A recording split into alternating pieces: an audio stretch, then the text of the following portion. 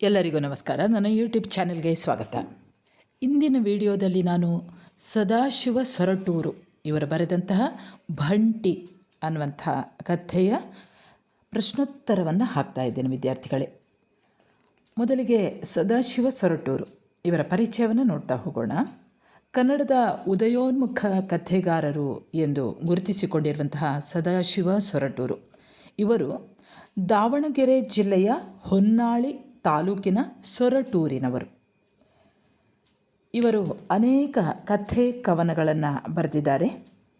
ಪ್ರಸ್ತುತ ಇವರು ಪ್ರೌಢಶಾಲೆಯ ಶಿಕ್ಷಕರಾಗಿ ಹರಿಹರ ತಾಲೂಕಿನ ಮಲೆಬೆನ್ನೂರು ಸರ್ಕಾರಿ ಪ್ರೌಢಶಾಲೆಯಲ್ಲಿ ಕರ್ತವ್ಯವನ್ನು ಮಾಡ್ತಾ ಇದ್ದಾರೆ. ಇವರು ಅನೇಕ ಕೃತಿಗಳನ್ನು ಕೂಡ ರಚಿಸಿದ್ದಾರೆ. ಈ ಕೃತಿಗಳಲ್ಲಿ ಕೆಲವೊಂದನ್ನು ನಾವು ನೋಡ್ತಾ ಹೋಗೋಣ. ಅಪ್ಪನ ವೀಲ್ಚೇರ್ ಮಾರಾಟಕ್ಕಿದೆ, ಇದು ಇವರ ಕವನ ಸಂಕಲನ.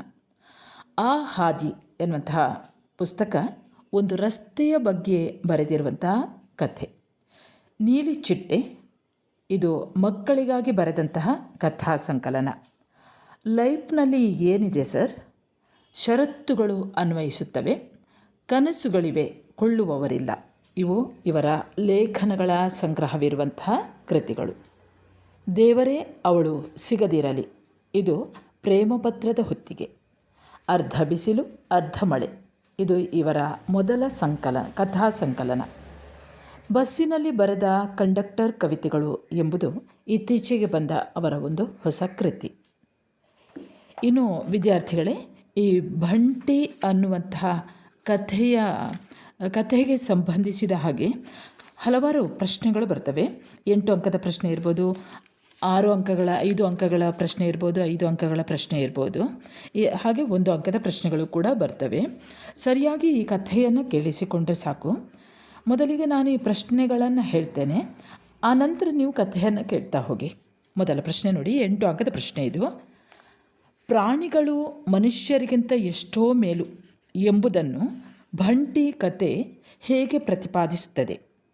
ಅಥವಾ ಸಂಬಂಧಗಳು ಸಡಿಲವಾಗುತ್ತಿರುವ ಪ್ರಕ್ರಿಯೆ ಕಥೆಯಲ್ಲಿ ವ್ಯಕ್ತವಾದ ಬಗೆ ಹೇಗೆ?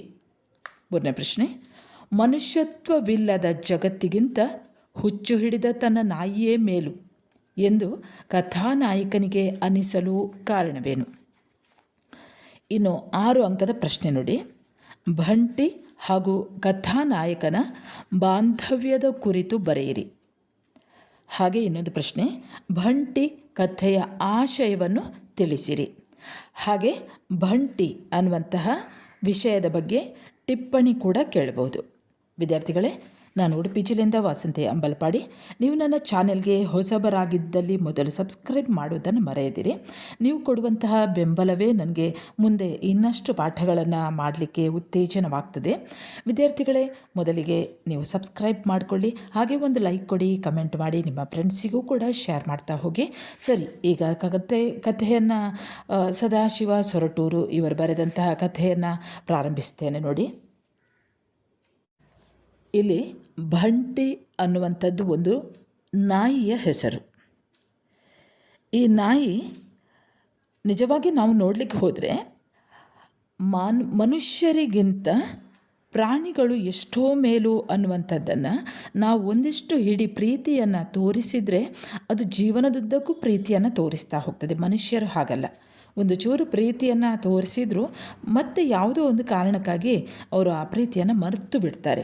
ಆದರೆ ಸಾಕು ಪ್ರಾಣಿಗಳು ಯಾವತ್ತೂ ಕೂಡ ತಮಗೆ ಯಾರು ಪ್ರೀತಿ ತೋರಿಸ್ತಾರೋ ಅವರನ್ನು ಕೊನೆಯವರೆಗೂ ಬಿಡುವುದಿಲ್ಲ. ಹುಚ್ಚು ನಾಯಿಯಾದರೂ ಕೂಡ ಹುಚ್ಚು ಹಿಡಿದ್ರೂ ಸರಿಯೇ ತನ್ನ ಮಾಲೀಕನಿಗಾಗಿ, ತನ್ನ ಯಜಮಾನನಿಗಾಗಿ ಅದು ಆ ಪ್ರೀತಿಯನ್ನು ತೋರಿಸ್ತಾ ಹೋಗ್ತದೆ ಅನ್ನುವಂಥದ್ದನ್ನು ನಾವು ಈ ಲೇಖನದಲ್ಲಿ, ಈ ಕಥೆಯಲ್ಲಿ ನೋಡ್ತಾ ಹೋಗ್ತೇವೆ ವಿದ್ಯಾರ್ಥಿಗಳೇ. ಇಲ್ಲಿಯ ಕಥಾನಾಯಕನ ಹೆಸರು ಗೋಪಾಲಪ್ಪ ಅಂತ. ಅವನಿಗೊಬ್ಬ ಮಗ ಇರ್ತಾನೆ, ಅದು ಮುಂದೆ ನಿಮ್ಗೆ ಗೊತ್ತಾಗ್ತದೆ. ಗೋಪಾಲಪ್ಪ ನಿದ್ರೆಯಿಂದ ಎದ್ದು ಕಾಫಿ ಕುಡಿದಾಗ ಮುಂಜಾನೆ 5 ಗಂಟೆ ಅಂದರೆ ಬೆಳಗ್ಗೆ ಎದ್ದು ಕಾಫಿ ಕುಡಿಯುವಂತಹ ಸಂದರ್ಭ. ಅವನು ಬಾಗಿಲು ತೆರೀತಾನೆ.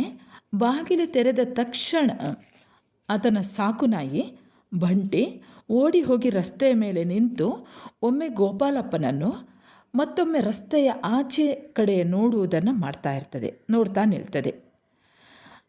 ಬಂಟಿ ಗೋಪಾಲಪ್ಪನ ಮನೆಯ ನಾಯಿ. ಹೆಂಡತಿ ಸತ್ತು ಮಗ ಕೈಬಿಟ್ಟ ಮೇಲೆ ಗೋಪಾಲಪ್ಪನಿಗೆ ಬಂಟಿಯೇ ಆಪ್ತ ಬಂಧು. ಆತನ ಬದುಕಿನ ಜೊತೆಗೆ ಬೆರೆತು ಹೋಗಿತ್ತು. ಇಡೀ ಮನೆಯಿಡೀ ಅದು ಓಡಾಡ್ತಾ ಅವನ ಪಕ್ಕದಲ್ಲೇ ಮಲಗಿ, ಅವನು ಹೊರಗೆ ಹೋದರೆ ಅವನ ಜೊತೆಯಲ್ಲಿ ತಾನೂ ಕೂಡ ಹೋಗ್ತಾ ಇತ್ತು.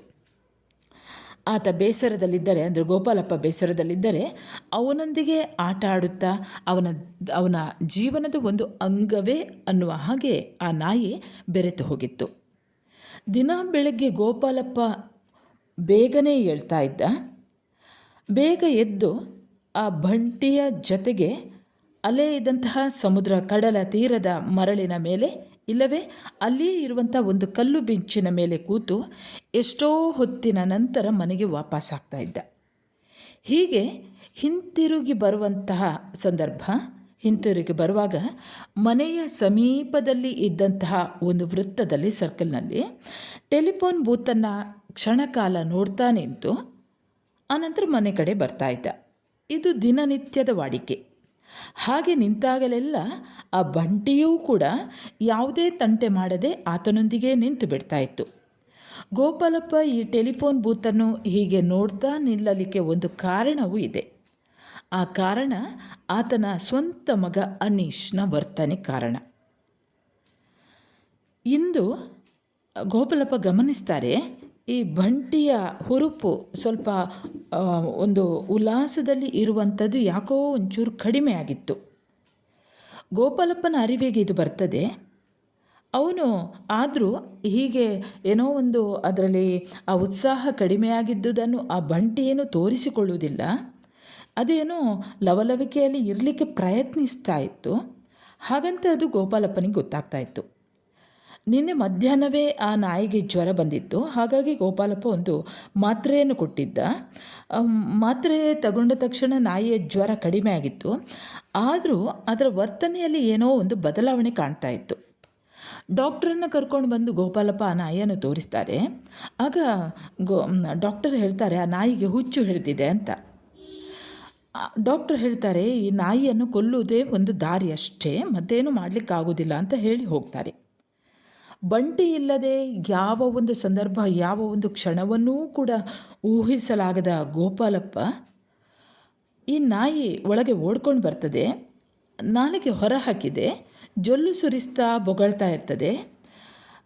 ಆಗ ಗೋಪಾಲಪ್ಪ ಅದೇ ಹೀಗೆ ಹುಚ್ಚಿಡ್ದಿದೆ ಅಂತ ಗೊತ್ತಾದರೂ ಕೂಡ ಒಳಗೆ ಹೋಗಿ ಊಟ ತಂದು ಹಾಕ್ತಾನೆ. ಅದು ತಿನ್ನುವುದಿಲ್ಲ, ಬೊಗಳ್ತಾ ನಿಲ್ತದೆ. ಆಗ ಗೋಪಾಲಪ್ಪನಿಗೂ ಕೂಡ ಊಟ ಮಾಡುವ ಮನಸ್ಸಾಗೋದಿಲ್ಲ. ಇಡೀ ರಾತ್ರಿ ಗೋಪಾಲಪ್ಪನಿಗೆ ನಿದ್ದೆ ಬರುವುದಿಲ್ಲ. ಆಗಾಗ ಬಂದು ಬಂಟಿಯ ಹತ್ರ ಕೂತ್ಕೊಳ್ತಾನೆ. ಆ ಬಂಟಿ ಬೊಗಳಿ ಎಷ್ಟೋ ಹೊತ್ತಿನ ನಂತರ ಅದು ಮಲಗಿಕೊಂಡಿತ್ತು. ಆದರೆ ಗೋಪಾಲಪ್ಪನಿಗೆ ಈ ಬಂಟಿ ಅಂದರೆ ನಾಯಿಗೆ ಹುಚ್ಚು ಹಿಡಿದರೆ ಮತ್ತೆ ಅದನ್ನು ಕಡಿಮೆ ಮಾಡಲಿಕ್ಕಾಗೋದಿಲ್ಲ. ಯಾವ ದಾರಿಯೂ ಇರಲಿಲ್ಲ. ಡಾಕ್ಟ್ರು ಹೇಳಿರುವಂಥದ್ದು ಇದನ್ನು ಸಾಯಿಸದೆ ಬೇರೆ ದಾರಿ ಇಲ್ಲ ಅಂತ ಹೇಳಿದ್ದು ಗೋಪಾಲಪ್ಪನನ್ನು ಅರ್ಧ ಸಾಯಿಸಿಬಿಟ್ಟಿತ್ತು. ನಿದ್ರೆ ಬಾರದೆ, ಮಲಗಲಿಕ್ಕೂ ಆಗದೆ ಹೊರಗೆ ಬಂದವನು ಯೋಚನೆ ಮಾಡ್ತಾ ಕೂತ್ಕೊಳ್ತಾನೆ. ಹೀಗೆ ಎಷ್ಟು ಹೊತ್ತು ಯೋಚನೆ ಮಾಡ್ತಾ ಇದ್ನೋ ಏನೋ. ಮಂಗಟ್ಟೆ ಹಕ್ಕಿಯ ಕೂಗಿಗೆ ನಿದ್ದೆಯಿಂದ ಎಚ್ಚರವಾದವನಂತೆ ಕಳವಳಿಸ್ತಾನೆ. ವಾಕ್ ಹೋಗುವ ಸಮಯ ಬಂತು. ಹೋಗಬೇಕೋ ಬೇಡವೋ? ಬಂಟಿ ಇಲ್ಲದೆ ಹೇಗೆ ಹೋಗುವುದು? ಬಂಟಿಯನ್ನು ಕರೆದುಕೊಂಡು ಹೋಗುವುದಾದರೂ ಹೇಗೆ? ಹೀಗೆ ತನ್ನದೇ ಯೋಚನೆಯಲ್ಲಿ ದಾರಿ ತಪ್ಪಿದವನಂತೆ ಕಂಗಾಲಾದಂತಹ ಗೋಪಾಲಪ್ಪ ಬೆಳಗಿನ ಕಾಫಿ ಕೂಡ ಕುಡಿಯಲು ಮನಸ್ಸಾಗದೆ ಹೊರಗೆ ಬರ್ತಾನೆ. ಬಂಟಿ ಇನ್ನೂ ಕೂಡ ಮಲಗಿಕೊಂಡೇ ಇರ್ತದೆ. ಅದನ್ನು ಎಬ್ಬಿಸುವ ಮನಸ್ಸಾಗೋದಿಲ್ಲ. ಮನಸ್ಸಿಲ್ಲದ ಮನಸ್ಸಿನಿಂದ ಬಂಟಿಯನ್ನು ಬಿಟ್ಟು ವಾಕ್ ಹೊರಡ್ತಾನೆ. ಪ್ರತಿ ಮುಂಜಾನೆ ಎಂದಿನ ಹಾಗೆ ಆ ವೃತ್ತದ ಬಳಿಗೆ ಬಂದು ನಿಂತ್ಕೊಳ್ತಾನೆ. ನಿತ್ಯ ನೋಡ್ತಾ ಇದ್ದಂತಹ ಆ ವೃತ್ತದ ಹತ್ತಿರ ಇದ್ದಂತಹ ಟೆಲಿಫೋನ್ ಬೂತ್ನ ಕಡೆಗೆ ಕಣ್ಣು ಹಾಯಿಸ್ತಾನೆ. ಅಲ್ಲಿ ಆ ಟೆಲಿಫೋನ್ ಬೂತನ್ನು ಎತ್ತಿ ರಸ್ತೆಯ ಬದಿಯಲ್ಲಿ ಅಡ್ಡಲಾಗಿ ಮಲಗಿಸಿದ್ರು. ಅದರ ಜಾಗದಲ್ಲಿ ಏನನ್ನೋ ಕಟ್ಟುವ ತಯಾರಿ ಮಾಡ್ತಾಯಿದ್ರು.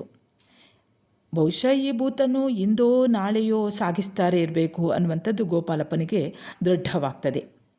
ನಿತ್ಯ ತನ್ನೊಳಗೆ ನೆನಪಿನ ಅಲೆಗಳನ್ನು ಎಬ್ಬಿಸ್ತಾ ಇದ್ದಂತಹ ಈ ಬೂತು ಇನ್ನು ಮುಂದೆ ಇರುವುದಿಲ್ಲವಲ್ಲ ಅನ್ನುವಂಥದ್ದು ಗೊತ್ತಾದಾಗ ಅವನಿಗೆ ತುಂಬ ದುಃಖವಾಗ್ತದೆ.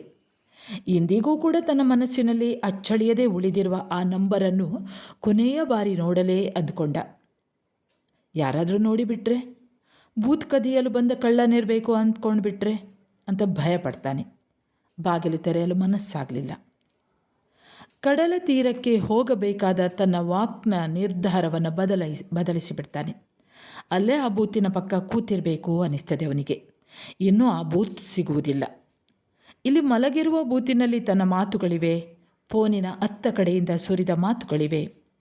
ಆ ಮಾತುಗಳನ್ನು ನೆನಪಿಸಿ ತನ್ನನ್ನು ಇದುವರೆಗೆ ಈ ಬೂತು ಪೊರೆಯುತ್ತಾ ಇತ್ತು ಅಂದ್ಕೊಳ್ತಾ ಹೋಗಿ ಬೂತಿನ ಪಕ್ಕದಲ್ಲೇ ಕೂತ್ಕೊಳ್ತಾನೆ.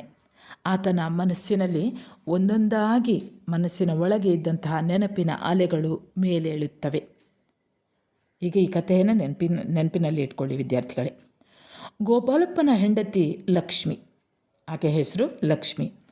ಆಕೆಗೆ ಮೊದಲೇ ಇದ್ದಂತಹ ಕ್ಯಾನ್ಸರ್ ಮರುಕಳಿಸ್ತದೆ, ಅಂದರೆ ಮತ್ತೆ ಬರ್ತದೆ. ಈ ಗೋಪಾಲಪ್ಪ ಅದರ ವಿರುದ್ಧ ಹೋರಾಡಿದ್ದ.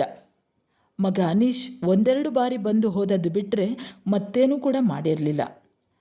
ಮಗನ ಬಗ್ಗೆ ಲಕ್ಷ್ಮಿಗೆ ಅಸಮಾಧಾನ. ಹೀಗೆ ಮಾತನಾಡಿದಾಗೆಲ್ಲ, ನಮ್ಮ ಮಕ್ಕಳು ನಿಜಕ್ಕೂ ನಮ್ಮ ಮಕ್ಕಳಲ್ಲ, ಅವರು ನಮ್ಮೊಳಗಿಂದ ಬಂದವರಷ್ಟೇ, ಅವರಿಗೆ ಅವರದೇ ಲೋಕ ಇರ್ತದೆ, ನಾವು ನಮ್ಮ ಬದುಕನ್ನು ಅವರ ಮೇಲೆ ಹೇರಬಾರ್ದು ಅಂತ ಇದ್ದ. ಈ ಬಾರಿ ಮತ್ತೆ ಮರುಕಳಿಸಿರುವಂತಹ ಕ್ಯಾನ್ಸರಿಂದ ಉಳಿಯುವ ಯಾವ ಸಾಧ್ಯತೆಯೂ ಇಲ್ಲ ಎಂದು ವೈದ್ಯರು ಸ್ಪಷ್ಟವಾಗಿ ಹೇಳಿದ್ದರು. ಆ ಮಾತನ್ನು ಕೇಳಿ ಗೋಪಾಲಕೃಷ್ಣ ಸಿಡಿಲು ಬಡಿದಂತೆ ಮಂಕಾಗಿದ್ದ. ಮಗ ಅನೀಶ್ ಮೈಸೂರಿನಲ್ಲಿ ಎಂಜಿನಿಯರಿಂಗ್ ಅಂತಿಮ ವರ್ಷದಲ್ಲಿ ಓದ್ತಾ ಇದ್ದ. ಅವನಿಗೆ ತಿಳಿಸುವ ಯಾವ ಯೋಚನೆ ಕೂಡ ತಂದೆಗೆ ಇರಲಿಲ್ಲ, ಯಾಕಂದರೆ ಅವನ ವರ್ತನೆ ಹಾಗೆ ಇರ್ತದೆ. ಲಕ್ಷ್ಮಿ ಹಠ ಹಿಡಿದದಕ್ಕೆ ಮಗನಿಗೆ ಫೋನ್ ಮಾಡಿ ಕರೆ ಕಳಿಸಿದ್ದ. ಆದರೆ ಕಳೆದ ವಾರದ ಬಳಿಕವಷ್ಟೇ ಮಗ ಮನೆಗೆ ಬಂದಿದ್ದ. ಅವನ ಅಮ್ಮನಿಗೆ ಮತ್ತೆ ಮರಳಿರುವ ಅನಾರೋಗ್ಯದ ಬಗ್ಗೆ ಬೇಜಾರಾಗಿದ್ದ. ಅಮ್ಮನಿಗೆ ಸಮಾಧಾನ ಮಾಡಿ ಮರುದಿನವೇ ಕಾಲೇಜಿಗೆ ಮರಳಿದ್ದ. ಮಗನ ಮೇಲೆ ಮತ್ತಷ್ಟು ತಾಯಿಗೆ ಲಕ್ಷ್ಮಿಗೆ ಅಸಮಾಧಾನ ಉಂಟಾಗಿತ್ತು. ಕಾಳಜಿ ಮಾಡದೆ ಮೇಲೆರಡು ಮಾತಾಡಿ ಹೋದದ್ದು ತಾಯಿಗೆ ಸ್ವಲ್ಪವೂ ಸರಿ ಕಾಣಲಿಲ್ಲ. ಆಗ ಗೋಪಾಲಪ್ಪ ಹೀಗೆ ಹೇಳ್ತಾನೆ, ನಾವು ಅವನನ್ನು ದೂರಿ ಉಪಯೋಗವಿಲ್ಲ ಲಕ್ಷ್ಮಿ, ನಾವು ಅವನನ್ನು ಬೆಳೆಸಿದ ರೀತಿಯಲ್ಲಿ ಏನೋ ತಪ್ಪಿದೆ. ನಾನು ನೀನು ದುಡ್ಡು ದುಡಿಯಲು ನಿಂತ್ಕೊಂಡ್ಬಿಟ್ವಿ. ಮಗನನ್ನು ಕೆಲಸದವಳ ಕೈಯಲ್ಲಿ ಕೊಟ್ಟು ಬೆಳೆಸಿದ್ವಿ. ಈಗ ಏಕಾಏಕಿ ಮಗನಿಗೆ ನಮ್ಮ ಮೇಲೆ ಅತೀವ ಅಕ್ಕರೆ ಬರಬೇಕು ಅಂದರೆ ಹೇಗೆ? ಇರಲಿ ಬಿಡು, ಅವನು ಚೆನ್ನಾಗಿದ್ದರೆ ಸಾಕು. ಆದರೆ ಮಕ್ಕಳು ಬೆಳೆದ ಮೇಲೆ, ಅವರಿಗೆ ತಿಳುವಳಿಕೆ ಬಂದ ಮೇಲೆ ಖಂಡಿತ ಒಂದಿನ ಅಪ್ಪ ಅಮ್ಮಂದಿರ ಬೆಲೆ ಗೊತ್ತಾಗುತ್ತೆ. ಆ ಬೆಲೆಯನ್ನು ಅವರು ನಮಗೆ ಕೊಡುವುದು ಬೇಡ, ಅವರಿಗೆ ಗೊತ್ತಾದರೆ ಸಾಕು. ಅದನ್ನವರು ಅವರ ಬದುಕಿಗೆ ಬಳಸಿಕೊಂಡರೆ ಸಾಕು. ಏನು ಗೊತ್ತಾ ಲಕ್ಷ್ಮಿ, ಇಲ್ಲಿ ಪ್ರತಿಯೊಬ್ಬನೂ ಒಮ್ಮೆ ಮಗನಾಗಿ, ತಂದೆಯಾಗಿ, ಅಜ್ಜನಾಗಿ ಪಾತ್ರ ಮಾಡಲೇಬೇಕು. ಆಯಾ ಪಾತ್ರ ಮಾಡುವಾಗಲೇ ಅದರ ಕಷ್ಟ ಸುಖಗಳು ಗೊತ್ತಾಗೋದು ಅಂತ ಗೋಪಾಲಪ್ಪ ಹೆಂಡತಿಗೆ ಸಮಾಧಾನ ಹೇಳಿದ್ದ. ಆದರೆ ಲಕ್ಷ್ಮಿ ತಾನು ಸಾಯುವಾಗ ಮಾತ್ರ ಮಗ ತನ್ನ ಜೊತೆಯಲ್ಲೇ ಇರಬೇಕು ಅಂತ ಹಠ ಮಾಡಿ ಕರೆಸಿಕೊಂಡಿದ್ದಳು. ಗೋಪಾಲಪ್ಪ ಲಕ್ಷ್ಮಿಯನ್ನು ನೆಮ್ಮದಿಯಾಗೇ ಕಳಿಸಿಕೊಟ್ಟಿದ್ದ. ಲಕ್ಷ್ಮಿ ಸಾಯುವಾಗ ತನ್ನ ಮಗನ ಕೈ ಹಿಡಿದುಕೊಂಡೇ ಉಸಿರು ಬಿಟ್ಟಿದ್ದಳು. ಇದೇ ಹೊತ್ತಿಗೆ ಅನೀಶ್ನ ಎಂಜಿನಿಯರಿಂಗ್ ಪದವಿಯೂ ಕೂಡ ಮುಗಿದಿತ್ತು. ಈಗಾಗಲೇ ಕೆಲಸಕ್ಕೆ ಕ್ಯಾಂಪಸ್ ಆಯ್ಕೆಯಾಗಿದ್ದರಿಂದ ಮನೆಯಲ್ಲಿ ಒಂದೆರಡು ವಾರ ಇದ್ದವನು ಕೆಲಸದ ಪತ್ರ ಬಂದಿದ್ದೇ ತಡ ಬೆಂಗಳೂರಿಗೆ ಹೋಗಿ ಸೇರ್ಕೊಂಡು ಬಿಟ್ಟಿದ್ದ. ಜೊತೆಗೆ ಬರಲಿಕ್ಕೆ ಗೋಪಾಲಪ್ಪನಿಗೆ ಒಂದು ಮಾತು ಕೂಡ ಹೇಳಿರಲಿಲ್ಲ. ತಂದೆಯನ್ನು ಕೂಡ ಆತ ಮಾತನಾಡಿಸಲೇ ಇಲ್ಲ. ಒಮ್ಮೆ ಮಾತ್ರ ಮಗ ಕರೆಯದೇ ಹೋಗಿ ಮಗನ ಮನೆ, ಅವನ ಕೆಲಸದ ಜಾಗ, ಅವನ ಗೆಳೆಯರನ್ನು ನೋಡಿ ಮಾತನಾಡಿಸಿ ಬಂದಿದ್ದ. ಅಪ್ಪನ ಖಾತೆಗೆ ಮಾತ್ರ ಮಗ ಪ್ರತಿ ತಿಂಗಳು ತಪ್ಪದೆ ತನ್ನ ವೇತನದಲ್ಲಿ ಒಂದಷ್ಟು ಹಣವನ್ನು ಕಳುಹಿಸ್ತಿದ್ದ. ಮಗ ಅದನ್ನೊಂದು ಋಣ ಸಂದಾಯದ ಭಾಗ ಎಂದು ಮಾಡುತ್ತಾ ಬಂದಿದ್ದ. ಆದರೆ ಅಪ್ಪ ಗೋಪಾಲಪ್ಪ ಅದರಲ್ಲಿ 1 ರೂಪಾಯಿಯನ್ನೂ ಕೂಡ ತೆಗೆದಿರಲಿಲ್ಲ. 2 ದಿನಕ್ಕೊಮ್ಮೆ ಗೋಪಾಲಪ್ಪನೇ ಮಗನಿಗೆ ಫೋನ್ ಮಾಡಿ ಮಾತನಾಡುತ್ತಿದ್ದ. ತನ್ನ ಬಗ್ಗೆ ಏನನ್ನೂ ಹೇಳದೆ ಮಗನ ಊಟ, ಉಪಚಾರ, ಆರೋಗ್ಯ ಮತ್ತು ಕೆಲಸದ ಬಗ್ಗೆ ಮಾತನಾಡ್ತಾ ಇದ್ದ. ಮಗನೇ ಮನೆಗೆ ಲ್ಯಾಂಡ್ ಫೋನ್ ಹಾಕಿಸಿಕೊಟ್ಟಿದ್ದ. ಭಾನುವಾರ ಮಾತ್ರ ಅನೀಶನೇ ಫೋನ್ ಮಾಡಿ ಒಂದು 10 ನಿಮಿಷ ತನ್ನ ಕೆಲಸ, ಬೆಂಗಳೂರಿನ ವಿಷಯ ಮೊದಲಾದವುಗಳ ಬಗ್ಗೆ ಮಾತನಾಡುತ್ತಿದ್ದ. ಗೋಪಾಲಪ್ಪ ಭಾನುವಾರದ ಆ ಮಾತುಕತೆಗಾಗಿ ಪ್ರತಿದಿನವೂ ಕಾಯುತ್ತಿದ್ದ. ಹೀಗೆ ದಿನಗಳು ಕಳೆಯುತ್ತಿದ್ದವು. ಅದೊಂದು ಭಾನುವಾರ ಮತ್ತೆ ಅನೀಶನೇ ಫೋನ್ ಮಾಡಿದ್ದ. ಡ್ಯಾಡ್, ನಾನು ಕ್ಯಾಲಿಫೋರ್ನಿಯಾಕ್ಕೆ ಹೋಗ್ತಾ ಇದ್ದೀನಿ. ನಮ್ಮದೇ ಕಂಪನಿ ನನ್ನನ್ನು ಅಲ್ಲಿಗೆ ಕಳುಹಿಸಿಕೊಡ್ತಾ ಇದೆ. ಎಷ್ಟು ವರ್ಷ ಅಲ್ಲಿ ಡ್ಯೂಟಿ ಮಾಡೋದು ಅಂತ ನನಗೂ ಗೊತ್ತಿಲ್ಲ. ಮುಂದಿನ ತಿಂಗಳೇ ಹೊರಡ್ತಾ ಇದ್ದೀನಿ ಅಂತ ಬಹಳಷ್ಟು ಉತ್ಸಾಹದಿಂದ ಮಾತನಾಡುತ್ತಿದ್ದ ಮಗನ ಮಾತಿಗೆ ತಂದೆ ಅಡ್ಡ ಹಾಕಿದ್ದ. ಅಲ್ಲಿ ಹೋಗಿ ದುಡಿಯೋದು ಏನಿದೆ ನಿನಗೆ? ಹಣ ಮುಖ್ಯನಾ? ನಾನು ನಿನ್ನಮ್ಮ ದುಡಿದು ಇಟ್ಟಿರೋದೇ ಸಾಕಷ್ಟಿದೆ. ಅಷ್ಟು ಸಾಲದ? ಎಷ್ಟಾದರೂ ಕೊಡಲಿ, ಇಲ್ಲಿಯೇ ಇದ್ದು ಬಿಡು ಅಂದಿದ್ದ. ಆದರೆ ಅದಕ್ಕೆ ಕ್ಯಾರೆ ಮಾಡದ ಅನೀಶ್ ತನ್ನದೇ ವಾದ ಮುಂದಿಟ್ಟಿದ್ದ. ನೋ ಡ್ಯಾಡ್, ಇದು ಹಣದ ಪ್ರಶ್ನೆ ಅಲ್ಲ, ಒಂದು ಘನತೆಯ ಪ್ರಶ್ನೆ. ಹೊರದೇಶದಲ್ಲಿ ಕೆಲಸ ಮಾಡುವವರನ್ನು ಈ ದೇಶದಲ್ಲಿ ಹೇಗೆ ಉನ್ನತ ಮಟ್ಟದಲ್ಲಿ ಕಾಣ್ತಾರೆ ಅನ್ನೋದು ನಿಮಗೂ ಗೊತ್ತಿದೆ. ಅಂತಹ ಒಂದು ನೋಟವು ನನ್ನ ಮೇಲೆ ಬೀಳುವ ಯಾವ ಅವಕಾಶವನ್ನು ನಾನು ಮಿಸ್ ಮಾಡಿಕೊಳ್ಳುವುದಿಲ್ಲ ಎಂಬ ಮಾತಿಗೆ ಗೋಪಾಲಪ್ಪ, ನನಗೆ ವಯಸ್ಸಾಗಿದೆ ಮಗ, ನಾನೊಬ್ಬನೇ ಹೇಗಿರೋದು ಹೇಳು ಎನ್ನುವ ಮಾತನ್ನು ಹೇಳಬೇಕು ಅನ್ನುತ್ತಿರುವಾಗಲೇ ತಾನು ಲಕ್ಷ್ಮಿಗೆ ಹೇಳಿದ ವೇದಾಂತವನ್ನು ಸ್ವತಃ ಅವನಿಗೇ ಈಗ ಜೀರ್ಣಿಸಿಕೊಳ್ಳಲು ಆಗಲಿಲ್ಲ. ಬದುಕು ಮಾತಿನ ನಡುವೆ ಉಕ್ಕುವ ವೇದಾಂತಗಳಿಂದ ನಡೆಯುವುದಿಲ್ಲ. ಬದುಕು ತನಗೆ ಅರ್ಥವಾದಂತಿತ್ತು. ಹೋಗುವವರು ಹೋಗಲಿ, ಹೋಗುವವರನ್ನು ತಡೆಯುವುದರಲ್ಲಿ ಅರ್ಥವಿಲ್ಲ. ಹೊರಟವರನ್ನು ಉಳಿಸಿಕೊಂಡರೆ ಅದರಿಂದ ಉಪಯೋಗವಿಲ್ಲ.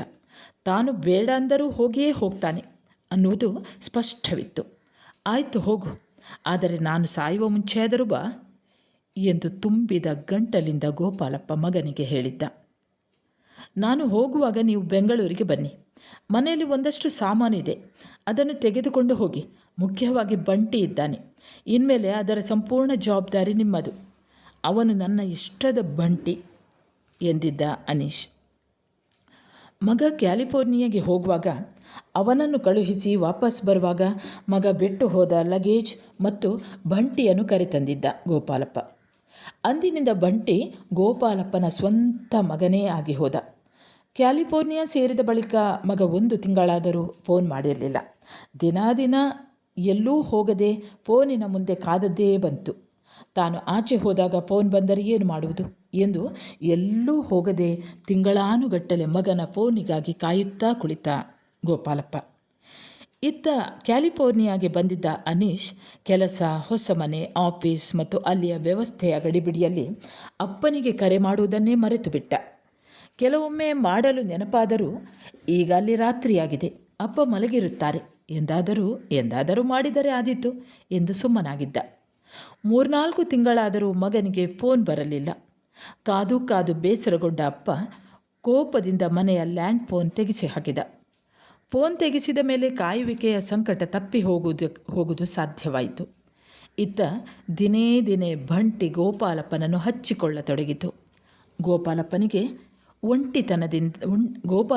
ಒಂಟಿತನಕ್ಕೆ ಬಂಟಿ ಜೊತೆಯಾಗಿತ್ತು. ಕಂಪನಿ ಯಾವುದೋ ಕೆಲಸದ ಮೇಲೆ ಅನೀಶ್ 4 ತಿಂಗಳ ನಂತರ ತುರ್ತಾಗಿ ಬೆಂಗಳೂರಿಗೆ ಬಂದವನು ಕೆಲಸ ಮುಗಿಸಿಕೊಂಡು ಊರಿಗೆ ಬಂದಿದ್ದ. ತಂದೆಗೆ ನಿಜಕ್ಕೂ ಆಶ್ಚರ್ಯ, ಖುಷಿ. ಬಂಟಿ ಅನೀಶ್ನ ಬಳಿಗೆ ಹೋಗಲಿಲ್ಲ. ಅನೀಶನೇ ಹತ್ತಿರ ಎಳೆದುಕೊಂಡು ಮುದ್ದಾಡಿದ.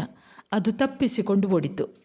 ಸಾರಿ ಡ್ಯಾಡಿ, ಅಲ್ಲಿಗೆ ಹೋದ್ಮೇಲೆ ಸೆಟ್ಲಾಗುವ ಭರದಲ್ಲಿ ನಿನಗೆ ಫೋನ್ ಮಾಡಲಿಕ್ಕಾಗಲಿಲ್ಲ. ಆಮೇಲೆ ನಿನಗೆ ಕಾಲ್ ಮಾಡಿದೆ, ಆದರೆ ನಂಬರ್ ಅಸ್ತಿತ್ವದಲ್ಲಿಲ್ಲ ಅಂತ ಬರ್ತಿತ್ತು. ಅರ್ಜೆಂಟಾಗಿ ಕೆಲಸದ ಮೇಲೆ ಬೆಂಗಳೂರಿಗೆ ಬರಬೇಕಾಯಿತು. ಕೆಲಸ ಮುಗಿಸಿಕೊಂಡು ಇಲ್ಲಿಗೆ ಬಂದೆ. ಆರಾಮಿದ್ದಿರ್ತಾನೆ ಎಂದು ತಾನು ಬಂದ ಕಾರಣವನ್ನು ಅನೀಶ್ ಹೇಳಿದ. 1 ವಾರ ಇದ್ದ ಅನೀಶ್ ವಾರದ ನಂತರ ಹೊರಟ. ಮಗನಿಗೆ ಅವನ ಫೋನ್ ನಂಬರ್ ಕೇಳಿದ. ಫೋನ್ ನಂಬರ್ ಕೊಟ್ಟ ಅನೀಶ್ ಅದನ್ನು ಕಳೆದುಕೊಳ್ಳಬೇಡ ಎಂದು ಹೇಳಿದ. ಮನೆಯ ಲ್ಯಾಂಡ್ ಫೋನ್ ಸರಿ ಮಾಡಿಸು, ನಾನು ಕಾಲ್ ಮಾಡ್ತಿರ್ತೀನಿ ಅಂತ ಒಂದು ಮಾತು ಕೂಡ ಹೇಳಲಿಲ್ಲ. ಮನೆಯ ಮುಂದಿನ ಟೆಲಿಫೋನ್ ಬೂತ್ನಲ್ಲಿ ಮಾಡಿ ಎನ್ನುವ ಸಲಹೆ ನೀಡಿ ಮತ್ತೆ ವಾಪಸ್ ಕ್ಯಾಲಿಫೋರ್ನಿಯಾಕ್ಕೆ ಹೊರಟು ಹೋದ. ಇತ್ತ ಬಂಟಿಯೊಂದಿಗೆ ಗೋಪಾಲಪ್ಪನ ಬದುಕು ಬೆಸೆಯತೊಡಗಿತು. ಮಗ ಹೋದ 1 ವಾರದ ಬಳಿಕ ಆ ಬೂತಿಗೆ ಹೋಗಿ ಮಗನಿಗೆ ಕರೆ ಮಾಡಿದ. ಮಗ ಫೋನ್ ರಿಸೀವ್ ಮಾಡಲಿಲ್ಲ. ಮತ್ತೊಮ್ಮೆ ಮಧ್ಯಾಹ್ನ ಪ್ರಯತ್ನಿಸಿದ. ಆಗ ಫೋನ್ ತೆಗೆದಂಥ ಮಗ, ಡ್ಯಾಡಿ, ನೀನು ಮಧ್ಯಾಹ್ನ ಮಾಡಬೇಡ, ಇಲ್ಲಿ ರಾತ್ರಿ ಆಗಿರುತ್ತೆ. ಮಾಡೋದಿದ್ರೆ ರಾತ್ರಿ 10ರ ನಂತರ ಎಚ್ಚರ ಇರೋಕೆ ಆಗೋಲ್ವಾ ನಿನಗೆ ಎಂದು ಮಗ ಜೋರು ಮಾಡಿದ. ಇದು ನಿದ್ದೆಯ ಪ್ರಶ್ನೆ ಅಲ್ಲ ಮಗ, ಭೂತಿನವರ ಪ್ರಶ್ನೆ. ಅವರು 10 ಗಂಟೆಗೆ ಬಾಗಿಲು ಹಾಕುತ್ತಾರೆ ಅಂದಾಗ, ಆಯ್ತು 10 ಗಂಟೆಗೆ ಮಾಡೋದಿದ್ರೆ ಅಂತ ಫೋನ್ ಇಟ್ಟಿದ್ದ. ವಾರಕ್ಕೊಮ್ಮೆ ಗೋಪಾಲಪ್ಪ ರಾತ್ರಿ 10ರವರೆಗೂ ಕಾದಿದ್ದು ಫೋನ್ ಮಾಡುತ್ತಿದ್ದ. ತುಂಬ ಉದ್ದ ಇರುವ ಫೋನ್ ನಂಬರ್ ನೆನಪಿನಲ್ಲಿ ಇಟ್ಟುಕೊಳ್ಳಲು ಸಾಧ್ಯವಾಗದೆ ಅದನ್ನು ಬೂತಿನ ಒಳಭಾಗದಲ್ಲಿ ಒಂದು ಕಡೆ ಮೇಲ್ಭಾಗದಲ್ಲಿ ಬರೆದು ಬಿಟ್ಟಿದ್ದ. ಪ್ರತಿ ಸಾರಿ ಅದನ್ನು ನೋಡಿ ನಂಬರ್ ಡಯಲ್ ಮಾಡಿ ಫೋನ್ ಮಾಡ್ತಾ ಇದ್ದ. ಕೆಲವೊಮ್ಮೆ ಮಗ ತೆಗೆಯುತ್ತಿದ್ದ, ಕೆಲವೊಮ್ಮೆ ತೆಗೆಯುತ್ತಾ ಇರಲಿಲ್ಲ. 3-4 ತಿಂಗಳ ನಂತರ ಗೋಪಾಲಪ್ಪ ಮಾಡಿದ ಫೋನಿಗೆ ಆ ಕಡೆಯಿಂದ ಈ ನಂಬರ್ ಅಸ್ತಿತ್ವದಲ್ಲಿ ಇಲ್ಲ ಅಂತ ಬರ್ತಾ ಇತ್ತು. ಪ್ರತಿದಿನ ಮಾಡಿದಾಗಲೂ ಅದನ್ನೇ ಹೇಳ್ತಾ ಇತ್ತು. ಏನಾಗಿರ್ಬೋದು ಮಗನಿಗೆ ಎನ್ನುವಂಥ ಯೋಚನೆ ಆಯಿತು. ಸಂಪರ್ಕಿಸಲು ಯಾರೂ ಇಲ್ಲ. ಕಂಪನಿಯಲ್ಲಿ ಮಾಹಿತಿ ಸಿಗಬಹುದು ಎಂದು ಯೋಚಿಸಿದರೂ ಇನ್ನಷ್ಟು ದಿನ ಕಾದು ನೋಡೋಣ ಎಂದು ಯೋಚಿಸ್ತಾನೆ. ಆದರೆ 1-2 ದಿನದಲ್ಲೇ ಗೆಳೆಯ ನಾರಾಯಣನ ಮಗ ಗೋಪಿ ಬಂದು, ನಿಮ್ಮ ಮಗ ಕ್ಯಾಲಿಫೋರ್ನಿಯಾದಲ್ಲಿ ಮದುವೆಯಾಗಿದ್ದಾನಂತೆ, ಯಾವುದೋ ಹುಡುಗಿಯನ್ನು ಇಷ್ಟಪಟ್ಟಿದ್ದಾನಂತೆ, ಅದಕ್ಕಾಗಿ ಅಲ್ಲಿಗೆ ತನ್ನ ಕೆಲಸ ವರ್ಗಾಯಿಸಿಕೊಂಡು ಹೊರಟು ಹೋದದ್ದು, ಅವಳು ಕ್ಯಾಲಿಫೋರ್ನಿಯಾದವಳೇ ಅಂತೆ ಅಂದಾಗ ಮಾತ್ರ ಗೋಪಾಲಪ್ಪ ಕುಸಿದು ಬಿದ್ದಿದ್ದ. ತಾನೇನು ಮದುವೆಗೆ ಬೇಡ ಅನ್ನುತ್ತಿದ್ದೇನೆ, ಅವನು ಯಾಕೆ ಹೀಗೆ ಮಾಡಿದ? ಎಷ್ಟು ಯೋಚಿಸಿದರೂ ಅವನಿಗೆ ಉತ್ತರ ಸಿಗಲಿಲ್ಲ. ಅವರ ಮನಸ್ಸು ಒಡೆದು ಹೋಯಿತು. ಅಂದಿನಿಂದ ಫೋನ್ ಮಾಡುವುದನ್ನು ಸಂಪೂರ್ಣ ನಿಲ್ಲಿಸಿಬಿಡ್ತಾರೆ ಗೋಪಾಲಪ್ಪ. ಅಡ್ಡ ಹಾಕಲಾಗಿದ್ದ ಬೂತಿನ ಪಕ್ಕದ ಕಡಲಿನ ಅಲೆಗಿಂತ ಬಿರುಸಾಗಿ ತನ್ನ ನೆನಪುಗಳನ್ನು ಹರವಿಕೊಂಡಂತಹ, ತನ್ನ ನೆನಪುಗಳ ಲೋಕದಲ್ಲೇ ತೇಲಿ ಹೋದಂತಹ ಗೋಪಾಲಪ್ಪ ಬಿಸಿಲು ಚುರುಕಾಗಿದ್ದನ್ನು ಕಂಡು ಮತ್ತೆ ಇಹಲೋಕಕ್ಕೆ ಬರ್ತಾನೆ. ಅಂಗಡಿಗಳು ತೆರೆದುಕೊಳ್ಳತೊಡಗಿದ್ದವು. ಅವನ ಆ ವಾಕಿನ ಸಮಯ ಅಲ್ಲಿ ಅಡ್ಡ ಬಿದ್ದ ಬೂತಿನ ಬಳಿಯಲು ಕಳೆದು ಹೋಗಿತ್ತು. ಎದ್ದು ಕಡಲ ಕಡೆಗೆ ನಡೆಯಲು, ಬಂಟಿಯ ಕಡೆಗೆ ನಡೆಯಲು ಎನ್ನುವಂತಹ